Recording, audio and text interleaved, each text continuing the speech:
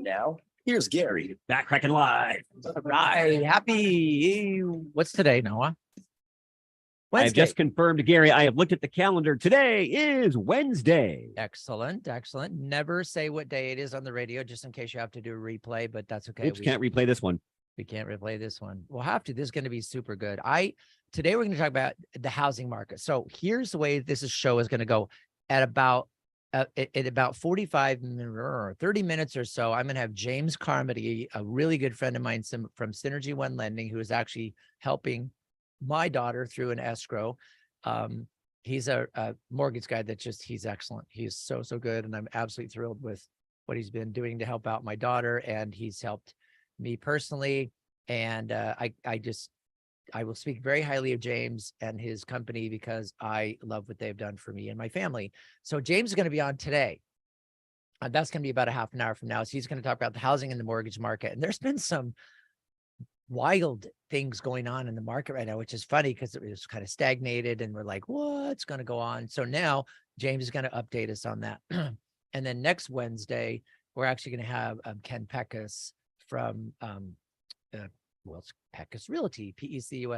He works on Coronado and North County, South County, all over the place. And so another good friend of mine in that industry. So we're going to have our Wednesdays we're going to have our housing day.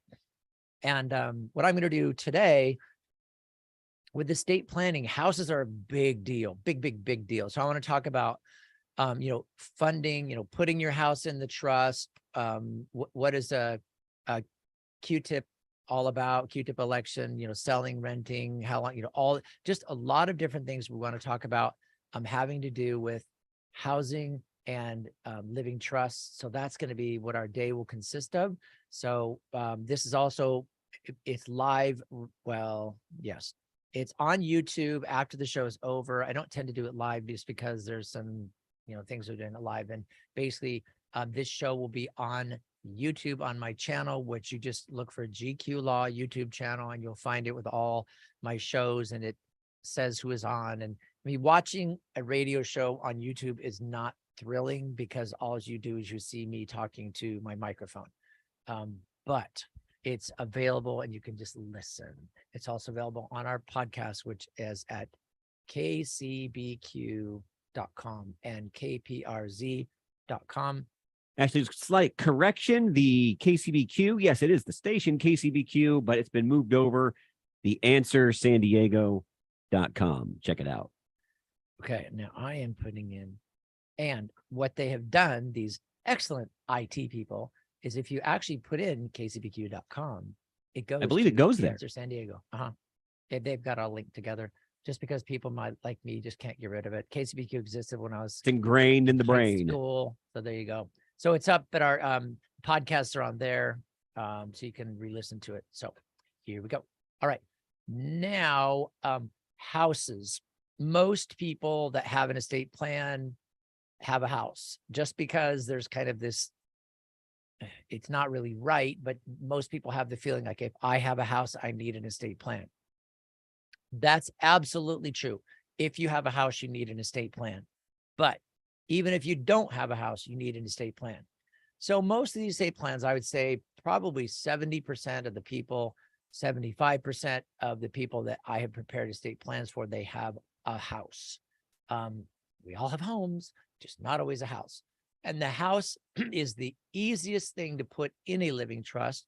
So I'm always surprised when I do my free trust reviews for you listeners, and I look and see whether the house is actually funded into the trust. And I see that it is not. That doesn't panic me. I'm used to it. So we just fix it because there's a way to do that and to put the house in the trust. The way it works is you create the trust document, which we all know about. And the trust says in there, the end of the story is when I die, give money to these different people or places and do this with my stuff and my money. Okay. Before that happens, the trust says, if I become incapacitated, then I want this stuff to happen with my property. And I want this person to be in charge because I can no longer do that. The trust will also discuss What happens when the first one of us dies if we're in a couple? And what happens if the second one of us dies or becomes incapacitated? That's all addressed in the trust. Okay.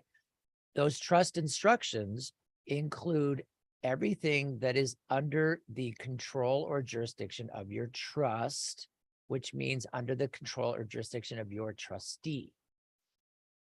To make that happen, to make it so that your assets are controlled by the trust, you got to fund your trust with them. Okay. There is no way to really put a house in a trust. That's like saying putting your rental in a corporation. I mean, the corporation isn't a warehouse that you drive your house in with a moving company and stuff it in it's not that. A corporation, like a trust like a corporation, is what we call a legal fiction. It's created by documents and words. There's no door to knock on. There's no roof to replace. It's a legal document that creates a legal fiction. The trust, by the same token, is a legal document that creates a legal fiction. That legal fiction is the trust. Because what you're doing is you're saying anything under the control of this trust, within the purview of this trust, is under the control of my trustee or my successor trustee. Okay.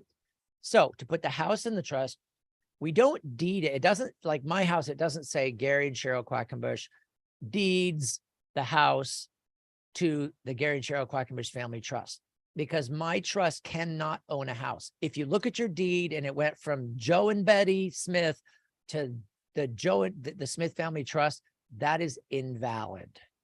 That is not right. It's invalid. It doesn't work. That's not the proper way to do it.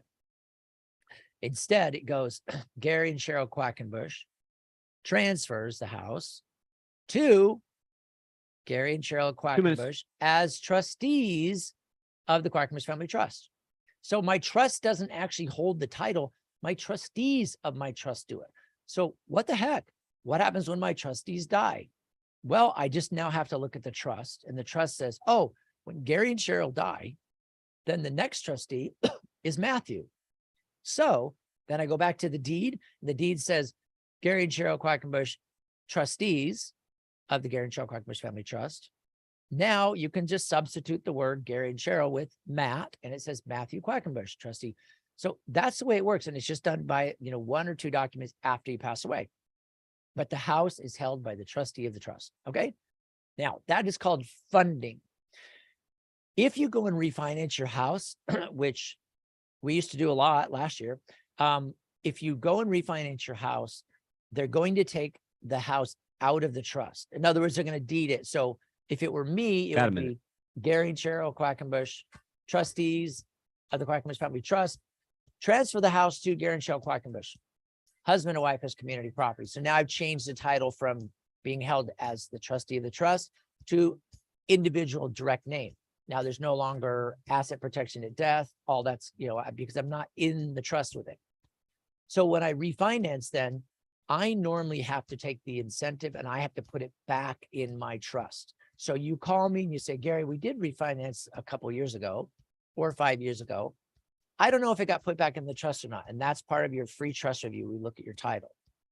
And if the title says that it's in the trust, then we're good to go.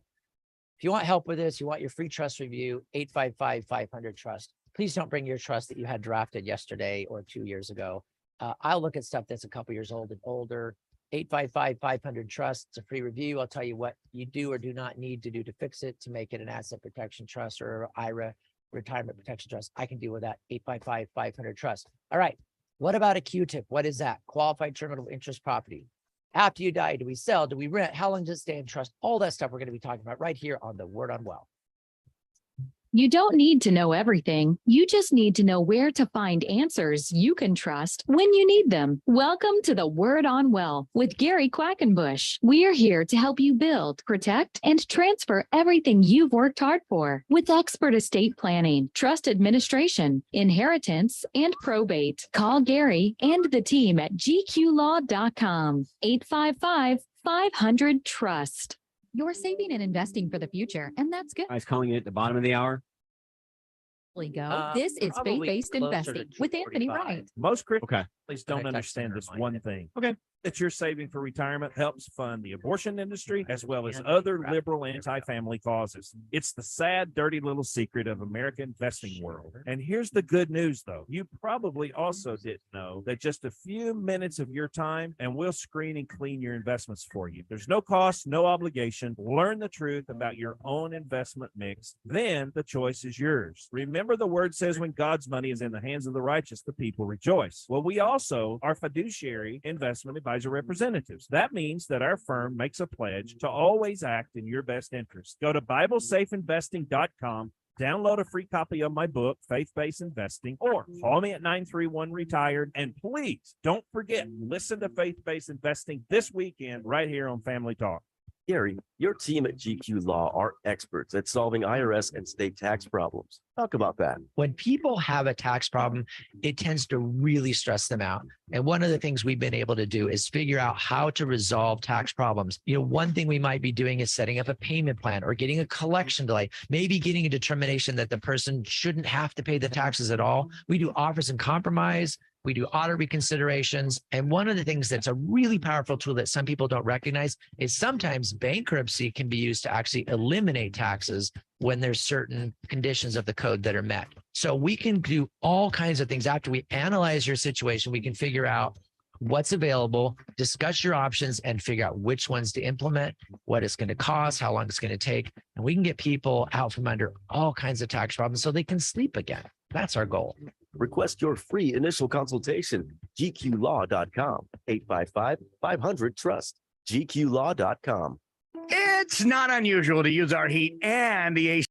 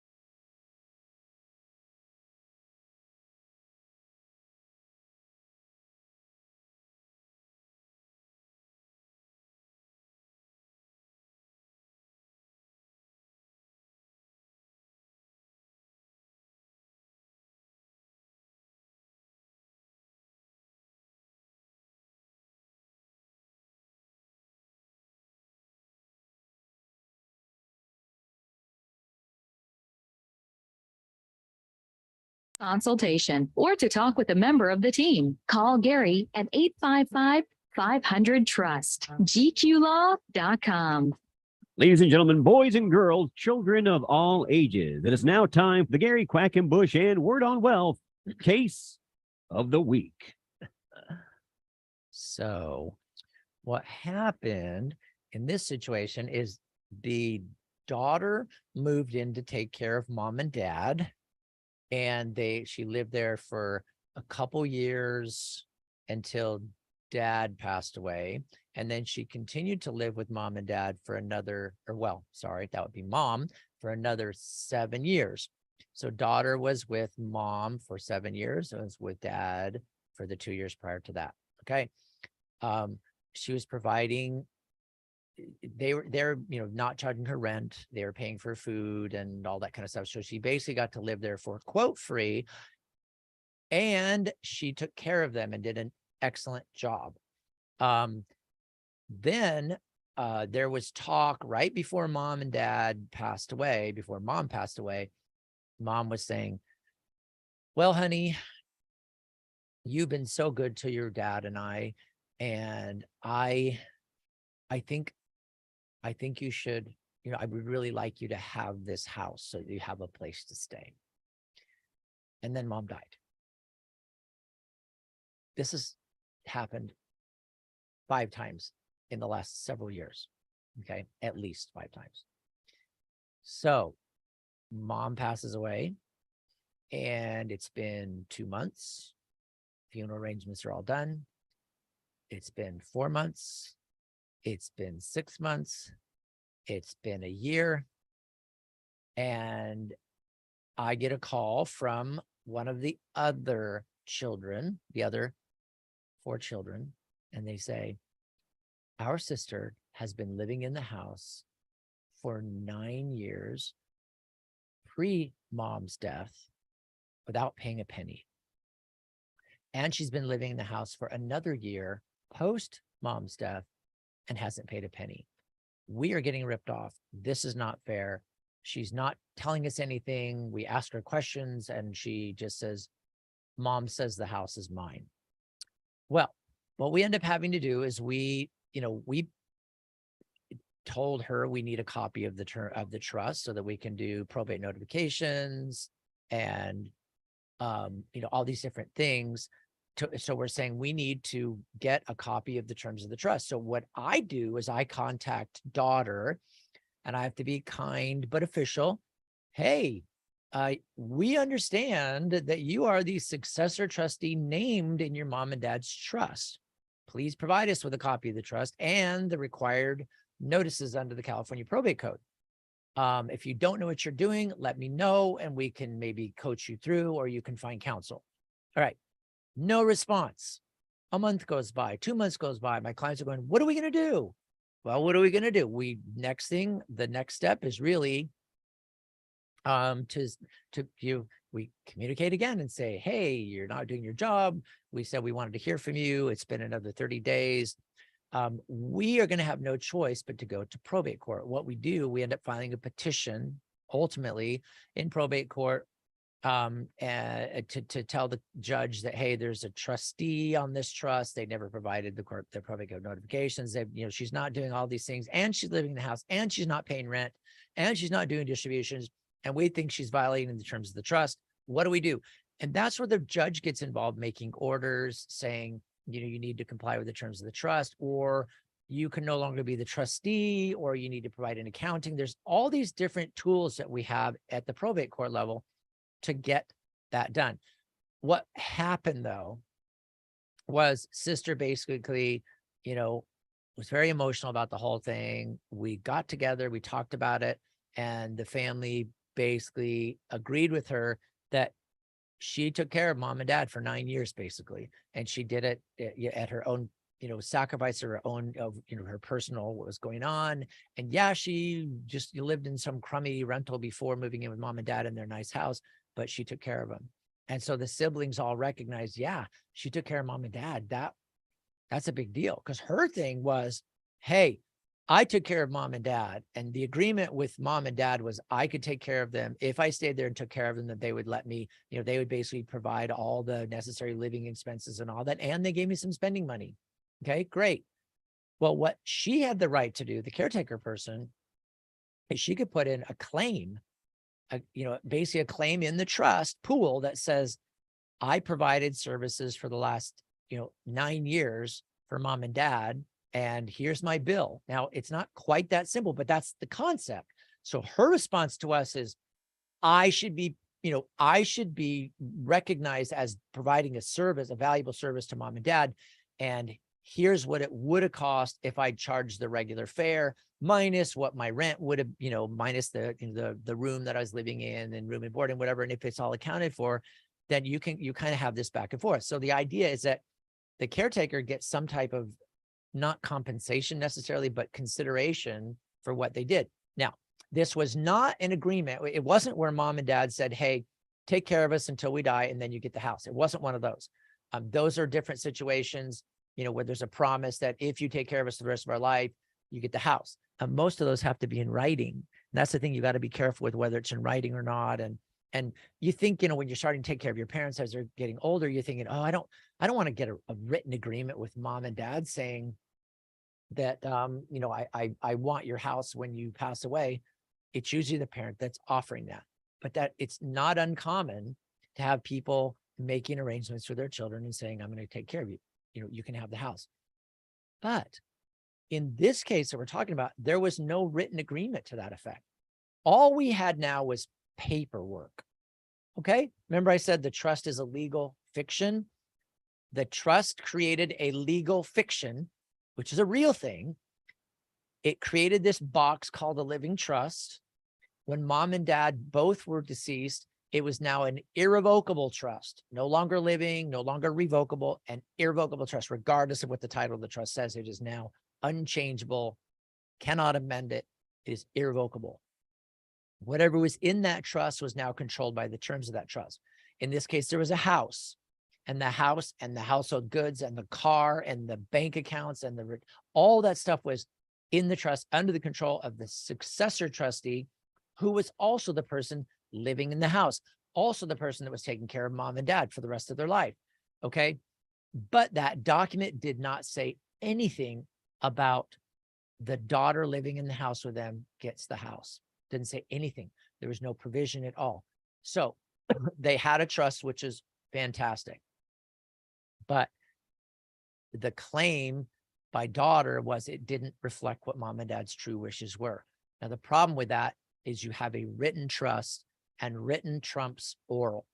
Now, we could have gone to trial and there could have been evidence presented, notes or, whatever, something to try to establish what mom and dad's quote real intent was, but what we have is a document.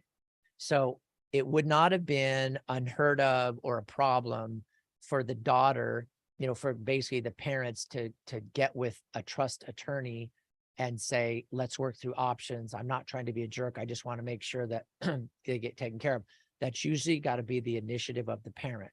It can't be the daughter living with them, drags them in and says, wheels them in and says, here, mom and dad, and sits there with their arms folded and says, okay, now tell the lawyer you want to give me your house. Now tell the lawyer, that doesn't happen. I mean, it's not allowed. I usually ask the caretaker person to wait outside where they can't hear, and I have a conversation. I explain options. If I feel like they're competent and they know what we're talking about and they're good with it, then I'm happy to do what they want.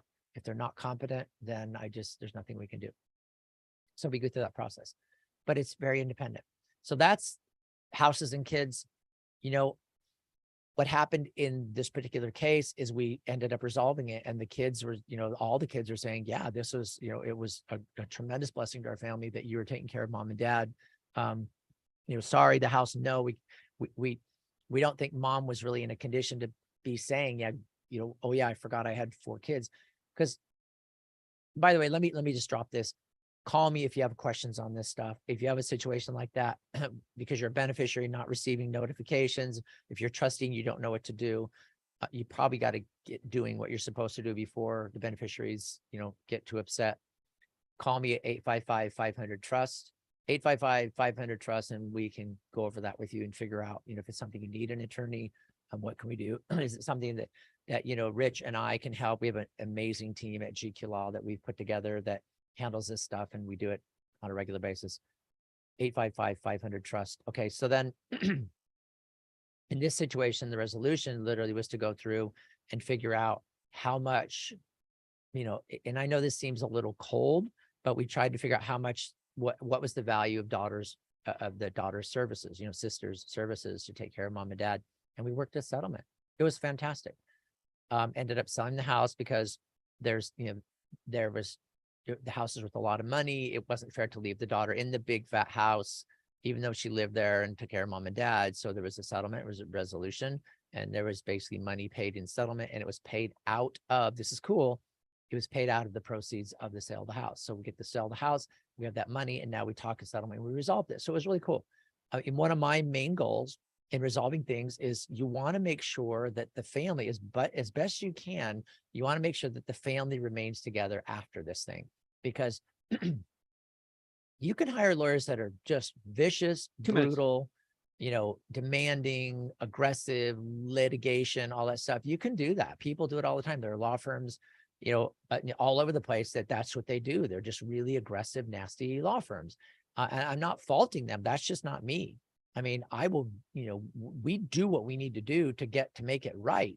But as far as like destroying families or not worrying about who we're stepping on in the meantime, I'm not into that. I just don't, family's too much for me. That's my life. I mean, and if you don't care about family, first of all, you wouldn't be listening to the show. So you care about family, you care about relationships with the people. Sometimes after parents die, relationships get tentative. Sometimes they become really strong. I just want to do what I can to make sure that the trust intention as written is carried out the best possible, because it's never perfect.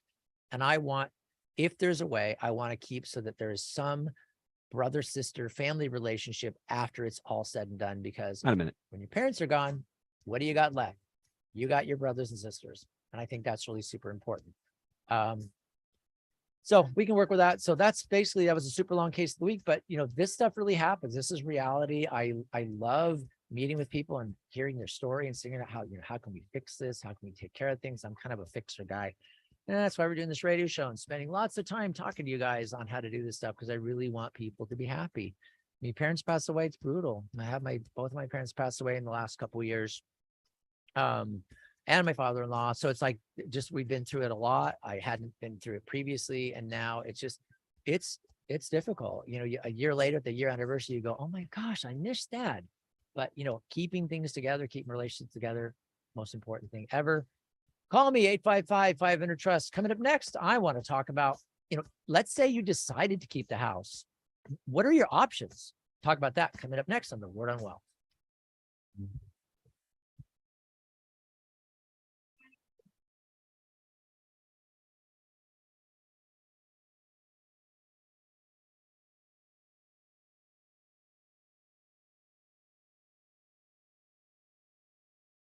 You've got questions. We've got answers. This is the Word on Wealth with Gary Quackenbush of GQ Law. Gary's here to give you peace of mind with expert estate planning, trust administration, inheritance, and probate. Call Gary to build, protect, and transfer your wealth. 855-500-TRUST. GQLaw.com.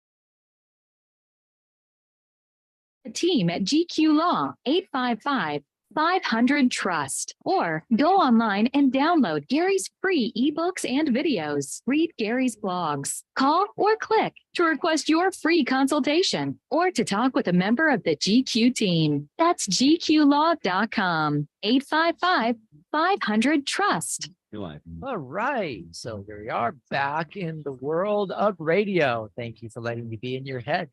And yes, this is reality. This isn't a vision, an apparition. It's not something you're just hearing. You're not having mental visions. This is Gary Quackenbush of the World. No, but you hear me in your head just about every day, Gary. So specifically in one ear. Yes. I think I talked about that at your wedding reception. You did. I'm kind of like your conscience. Wasn't that clever? But you know, it's always in my left ear. So I was trying to think the other day. So if Noah is in my left ear, See, because right now when you're talking, you're in both ears because everybody can I'm in hear you. stereo when I'm on the air, but when I'm Right, not in right. stereo, So you're, I'm giving but you you're in my thoughts, left Gary. ear. So you know when you have the little white person on one shoulder and the little black devil on the other? I'm trying to remember which shoulder. Yeah, the I don't remember. That's a good angel point. guy's on. Clearly, it would be the left. Clearly, I have a halo on, I think. Clearly. So the that is funny. We digress. We never digress on this show. So now I'm going to tell you because Noah brought it up. Maybe I brought it up, but at Noah's wedding, it was really fun because I wanted to say a few things about Noah, and I know him from being on the radio with him and having him be the producer and be talking in my ear for Is it about 10 years now, Gary? Oh no, it's way more than that. We were on with Marty for almost 13, so it's been almost 15 Wow. years. Yep, long time. So Noah and I have grown up together. We're like brothers of another mother. So I compared Noah talking in my ear to what was the deal? It's basically the relationship between he and Cammie. And I said, I have Noah, and when I'm having a hard time on the show, this is like really transparent. This is super cool for 2022, right? 2023. Just laying it all out there. Super transparent. People go, wow, I thought radio was really special. It is.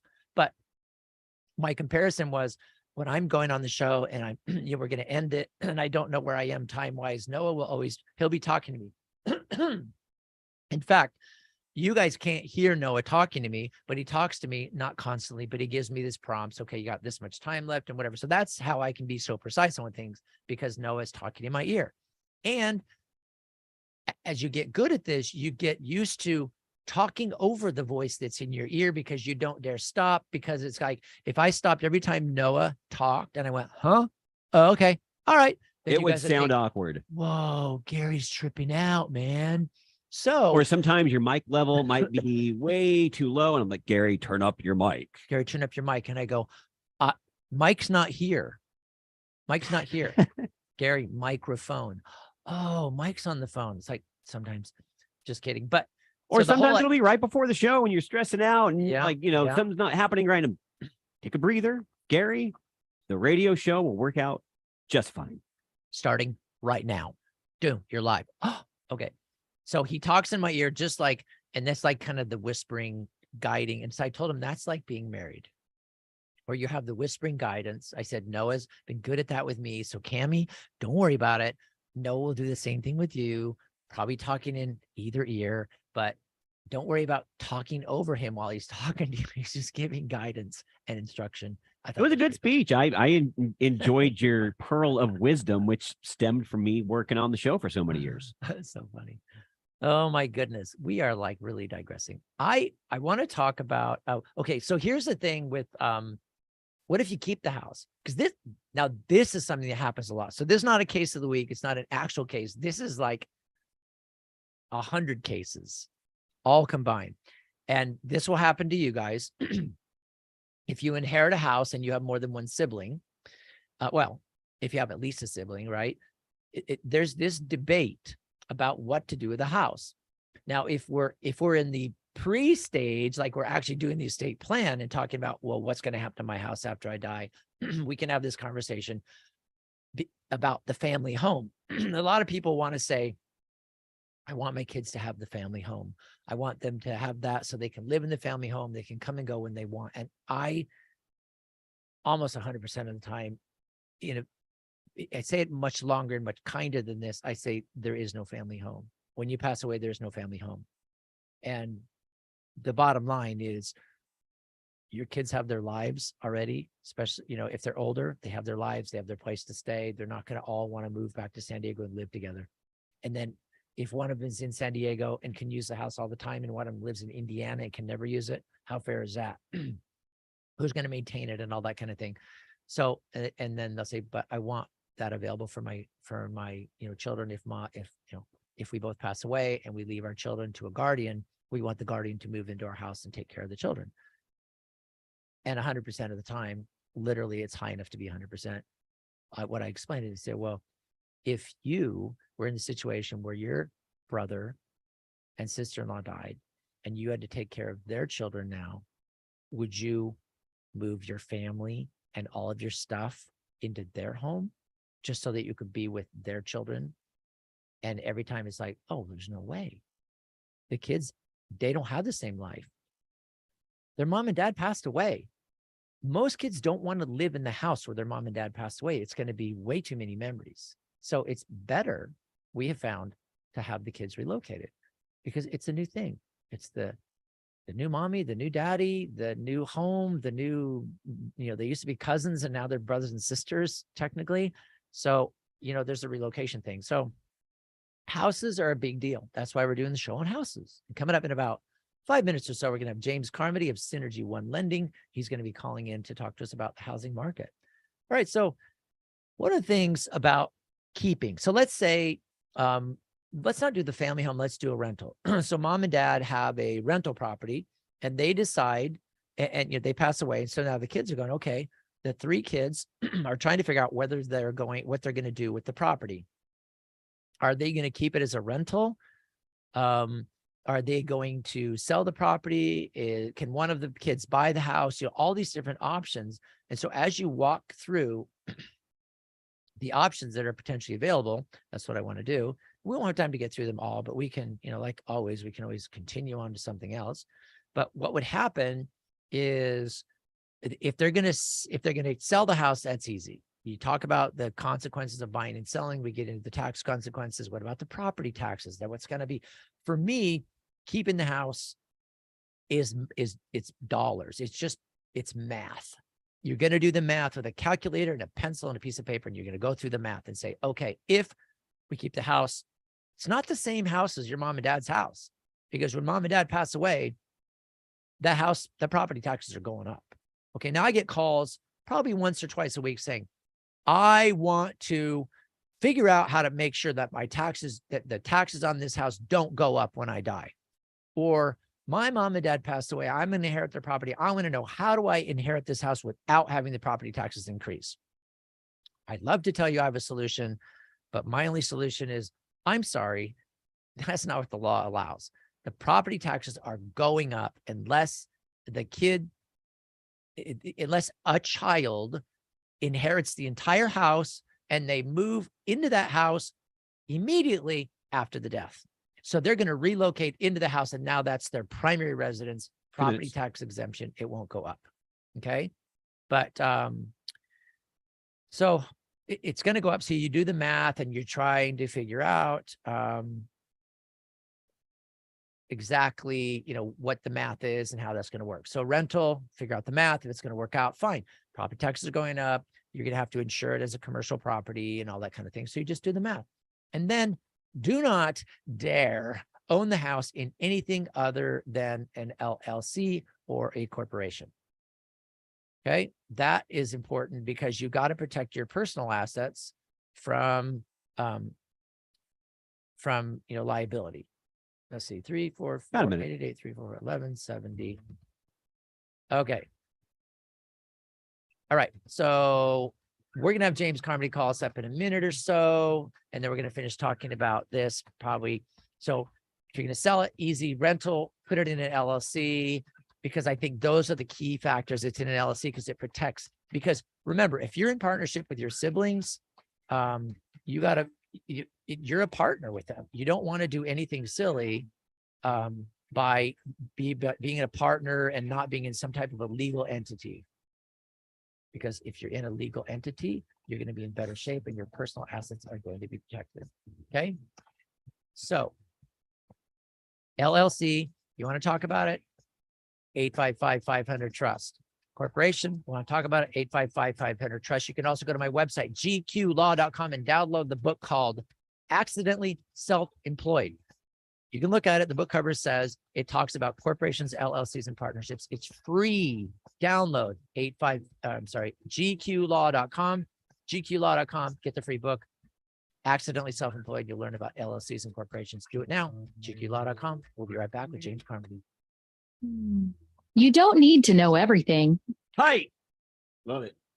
You can trust when you need them. Welcome to the Word on Well with Gary Quackenbush. We are here to help you build, protect, and transfer everything you've worked hard for with expert estate planning. You might want to listen to my show this week, and I have I can actually shoot you a sneak peek of the audio if you want. I interviewed that book that I gave you. Yeah. Brett Field and the Lost Crown.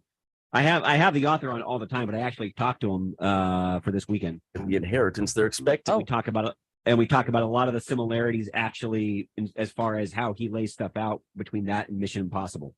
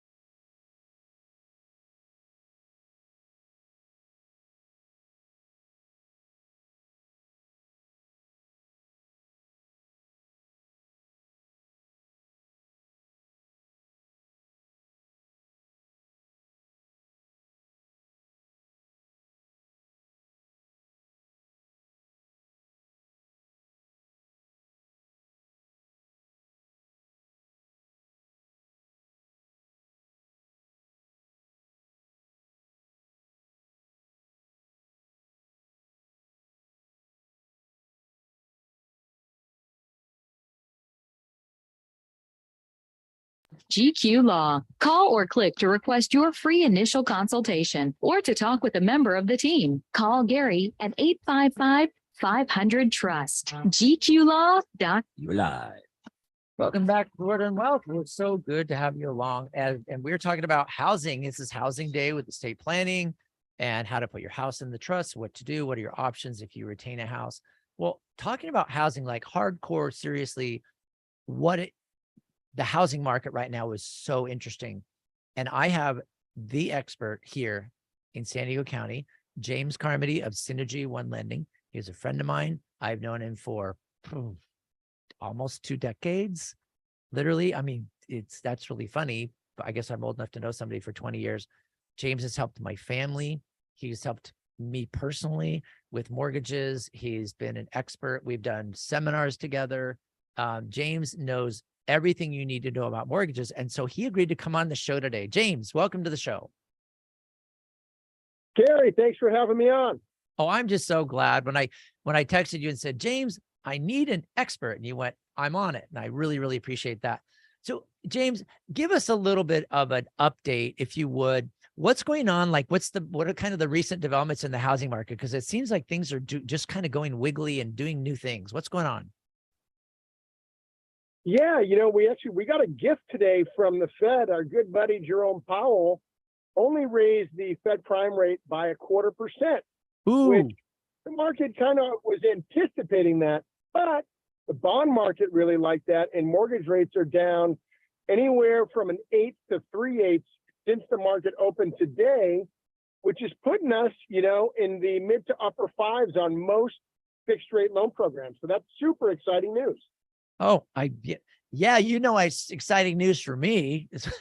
You can lock in my daughter's rate at a lower one. That's fantastic. Wow. Well, that's super cool. Now, is there more movement in the market? Are there more people like jumping in now? They're kind of like going, oh, maybe it is time to buy, or maybe it is time to list my house. What's going on with that? Yeah, that's a great question. And it seems like the 16th, which I believe was Martin Luther King Day, was like the day that just turned on the faucet. Oh, The buyer said, all right, I'm clear where interest rates are. They've been elevated like this for months. 23 is my year. I'm going to buy my first home. I'm going to buy my investment property. I'm going to list my home and move up. So it seems like there's a lot of activity literally just in the last 2 weeks, but we've still got a dramatic shortage of inventory. You know, as we have this conversation, we only got about 1,700 homes for sale countywide, which is, you know, about a third of a balanced market. So we're still definitely looking at a seller's market, but there's a lot of people getting in. interesting. Well, I always think it's just so fascinating how the market moves all over the place. And the one thing I like about working with you is that you always have a positive outlook on things and a positive spin on things, which I really appreciate. To get a hold of you, what is the best way for people to get a hold of you? Because I know people are going to call you because you're good at this stuff. Thank you. Yeah, the best thing for you to do is for people to call or text 858-525-3086. That's 858-525-3086. Folks can text or call that number. And we're happy to answer any questions or any scenarios people have. Okay, terrific. Well, that's really great. Now, tell me about, is it, you know, who's getting into the market now? Are we talking about first-time home buyers? Are we talking about move-up buyers? What's our median price at? Where do you see the most activity going on right now? Most activity I see right now is $1.5 million and below. A lot of first-time home buyer activity. You know, just like your daughter and your son-in-law buying their first place. There's a lot of people trying to get in before prices come up and get out of reach. You know, so my advice would be, if you are looking to buy your first home, your starter home, get educated, get informed, get pre-approved, and create a plan now so you're prepared, because none of us can time the market perfectly. Okay, that makes sense. And that's one of the things. Educate us a little bit on, you have somebody that just, you know, I don't want to get in the market yet. They're saving, you know, $1,500 a month. They've been saving for years, and they're just, I just don't, I don't think, you know, I don't want to get in yet. I'm not sure it's time. I think prices are going to drop. You know, I'm going to wait. And they just keep dropping money in the bank over and over and over again. What would you advise somebody like that? They're trying to find their first time home. They've got money in the bank, and now they've just been putting all this money in savings. Should they go looking for a home? Should they hang on for the next 6 months? What would you advise? My advice would be to talk to a lender now to get pre-approved and create a plan. You know, pretty much any lender in San Diego will do a pre-approval for free. They'll do a free consultation. We do a soft credit check, so it doesn't even ding people's credit scores, and meet with everyone on Zoom and do a mortgage consultation and create a plan and a budget, because that takes the mystery away from it. And then you decide your timeline. But I hear from person after person after person how surprised they are that, oh, I don't need 20% down. I can get the same interest rate with 10% down or 5% down. I might have a little bit of mortgage insurance, but I have excellent credit. So the mortgage insurance is really not that expensive.